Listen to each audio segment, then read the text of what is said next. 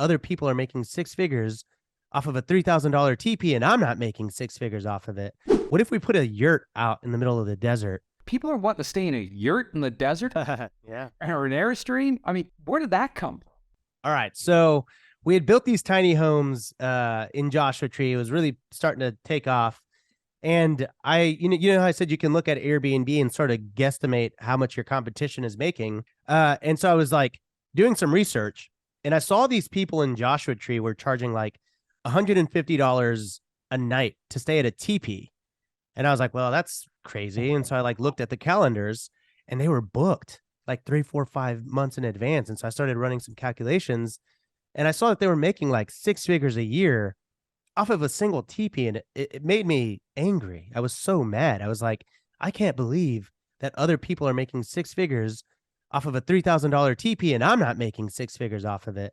So I text my partners, and I'm like, guys, what if we put a yurt out in the middle of the desert?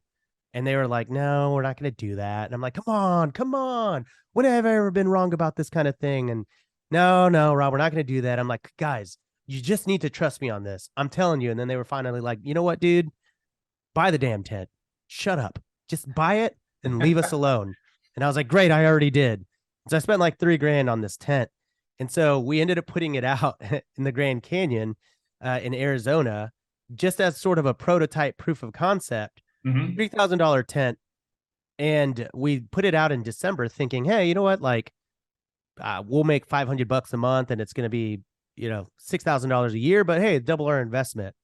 Well, we didn't expect that when we listed it in December, when it was 5 degrees outside, that we would be booked 100%. And so basically we were booked 100% that first year. That original tent has grossed $172,000. Now there's some startup expenses and everything like that, but it was just kind of crazy, the power of this like $3,000 tent. So then I was like, well, let's do another one.